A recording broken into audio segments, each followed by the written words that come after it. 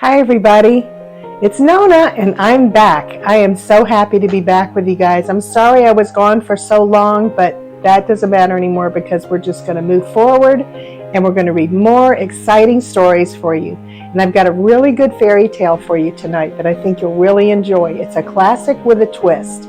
But let me introduce you to my creative space. You may notice that this is a little different area that I'm in tonight.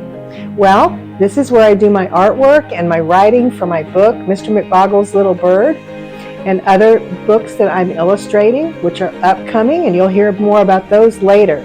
But you can see I have some little friends over here that help me when I don't have a model in-house. Little figures and this little hand. Hello! And then I've just got my sketchbook up here. So I wonder if you all have a creative space. Any of you like to write or paint or do music, play, sing, whatever. I hope you have a space that you're comfortable in and that helps you be very creative and very productive. But let's get started on our story for tonight. It's called Cinderella, and it's a little bit different probably than you've heard before, but I really like the changes that they've made to it. So let's get started. The name of the book is Cinderella, and it was written and illustrated by Ruth Sanderson.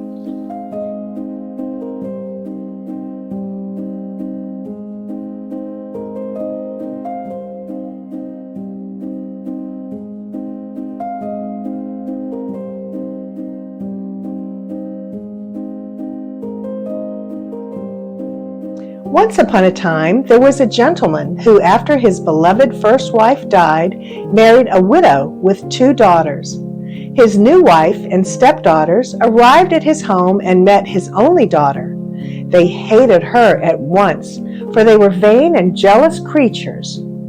The new stepmother sent the poor girl to live in the kitchen and thrust upon her all the lowly tasks in the house: cleaning, doing laundry, weeding the gardens, cooking, and sewing. Indeed, the young girl became a servant, running from morning till night, from one task to the next, until she fell into an exhausted heap upon the kitchen hearth at the end of the day. "Look," said one stepsister, peering into the kitchen one morning and finding the girl still asleep in the ashes. "What a smutty, cinder-covered mess! Let's call her Cinderella," suggested the other. "Cinderella! Cinderella!" they chanted together, laughing at the joke they had made at her expense.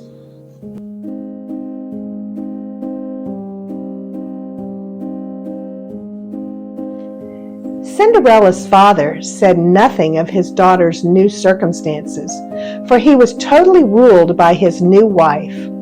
One day, as he was leaving to go to town, he asked his stepdaughters if they would like a trinket from the town fair. "I want a pearl necklace," said one. "I want a pink satin gown," demanded the other. "And you, my daughter?" the father asked Cinderella sheepishly, for he was ashamed at how she was treated and wished to make amends in some way. "The first twig, father, that brushes against your hat on the way home," Cinderella said. And so he brought his stepdaughters expensive pearls and a fancy new gown. To Cinderella, he gave what she had requested, a little hazel twig. As her stepsisters were admiring their fine gifts, Cinderella took the hazel twig out to the garden and planted it next to a beautiful white rose bush. Her mother had especially loved roses. Cinderella wept as she thought of her mother, and as she cried, her tears watered the hazel twig. At once, the little branch began to grow and grow, and in no time, a beautiful hazel tree stood in its place. A white bird flew onto the branch and sang a tune so lovely and sweet that it eased the sadness in Cinderella's heart.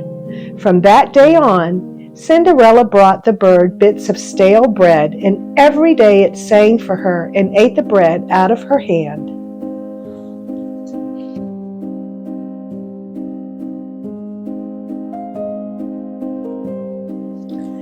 Time passed, and Cinderella became accustomed to her hard labor, almost forgetting that she too had once been a fine young lady with handsome clothes and a soft bed to sleep in. Now it happened that the king's son was giving a grand ball soon, and all the eligible young ladies of the kingdom were invited. "Cinderella, where's my fan? Where are my blue shoes? Are my best petticoats clean? Fix my hair, fetch my fan, hurry, run, you are too lazy for words." Cinderella's stepsisters kept up in this manner for hours, trying to prepare themselves for the ball. Cinderella patiently did everything they asked. Then she ran downstairs and begged her stepmother to allow her to tend the ball as well.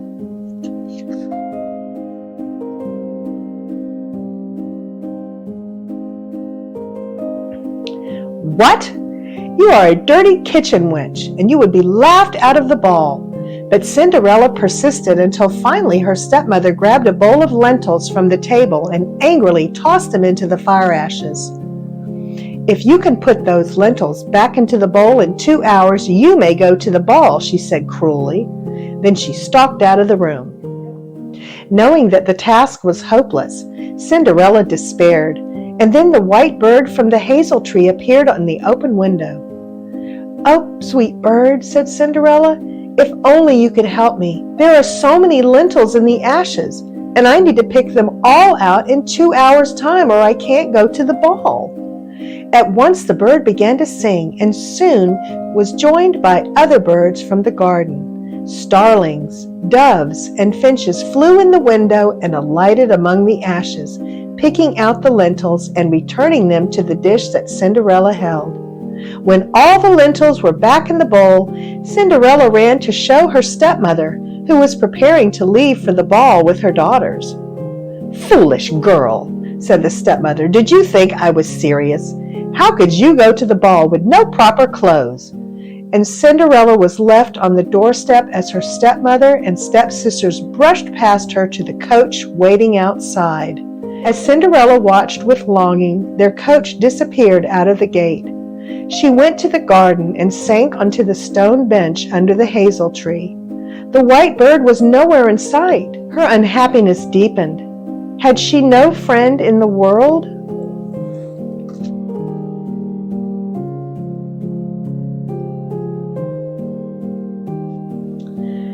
"So you want to go to the ball?" said a voice behind her. Cinderella looked around and was astonished to see a beautiful fairy standing by the hazel tree.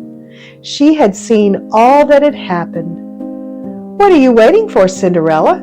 Fetch me the largest pumpkin from your garden." Cinderella found a huge pumpkin and rolled it out of the garden and onto the driveway. With a touch of her magic wand, the fairy transformed the pumpkin into a golden coach. "Now fetch me the mousetrap, and we'll see about some horses," she said.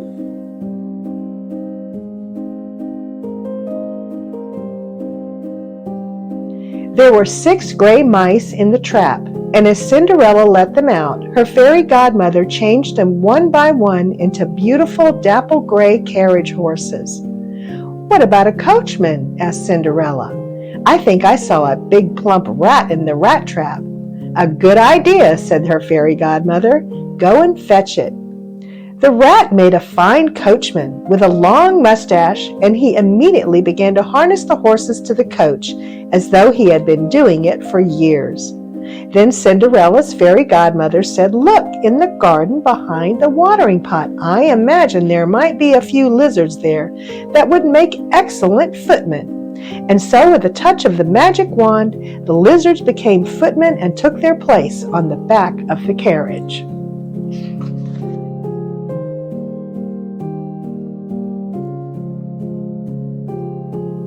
Cinderella was thrilled.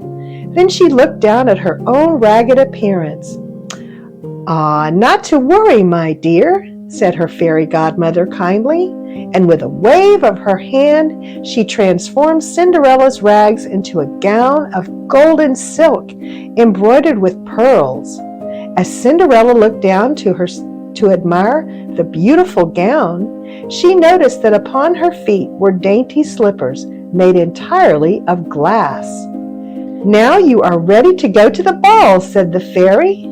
"But mind you, this enchantment lasts only until midnight.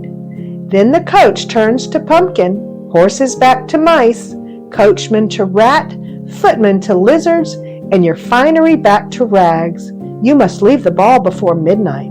Do not forget." Cinderella promised, and she thanked her fairy godmother. The golden coach carried her swiftly to the king's palace.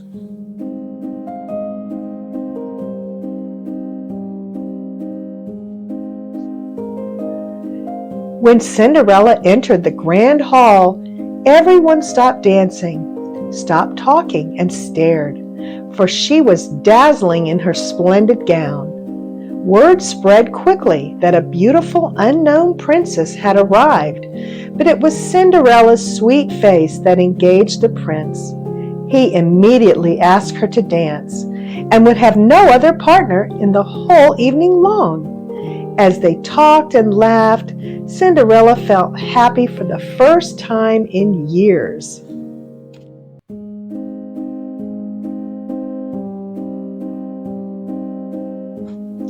The evening passed so quickly that Cinderella forgot her promise until the clock began to strike midnight. Bong, bong, bong, bong.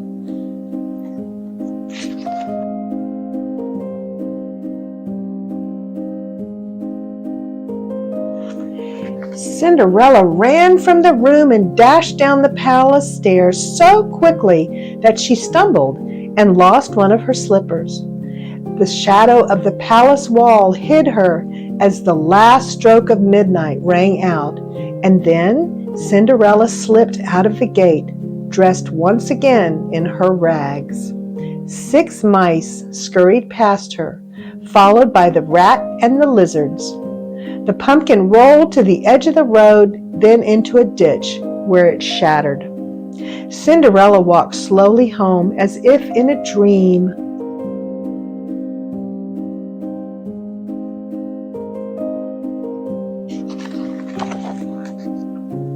The next day, the prince found the glass slipper on the stairs and declared that he would have no bride other than the one whose foot fit that shoe.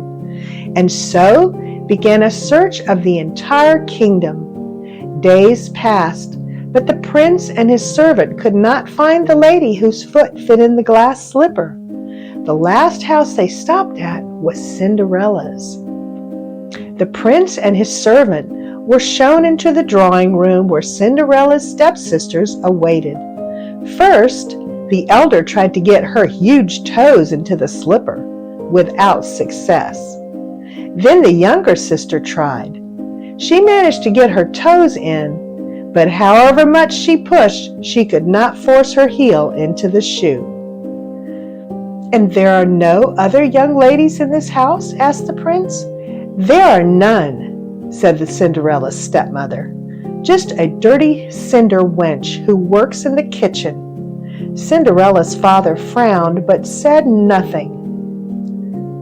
"Who is in that garden, then?" asked the prince, staring out the window.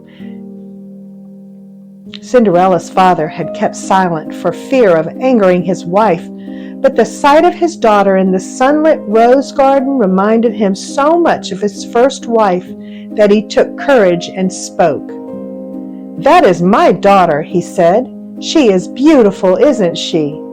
Then he led the prince outside, leaving his wife and stepdaughters sputtering and for once speechless.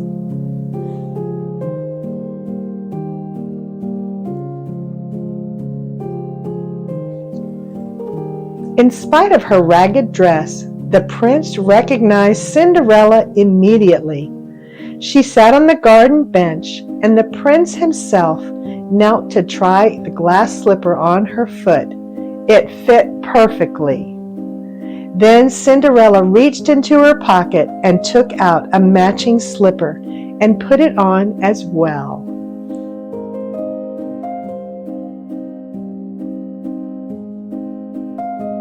As Cinderella stood up, the sound of birdsong suddenly filled the air.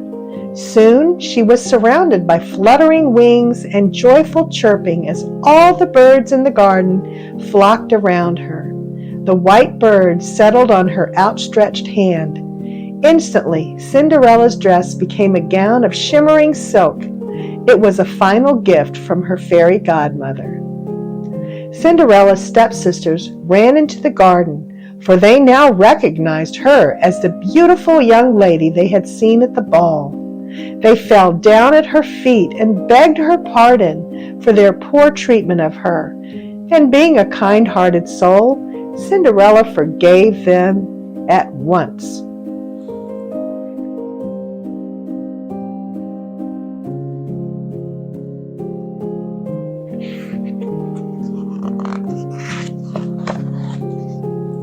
The prince and Cinderella departed in a splendid coach to return to the palace to make their wedding plans.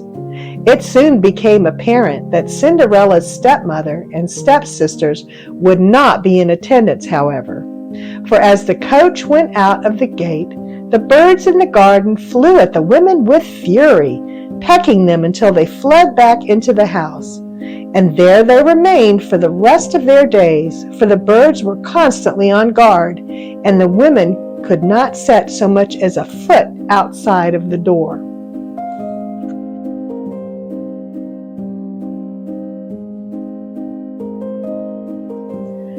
As for Cinderella and the prince, they lived happily ever after.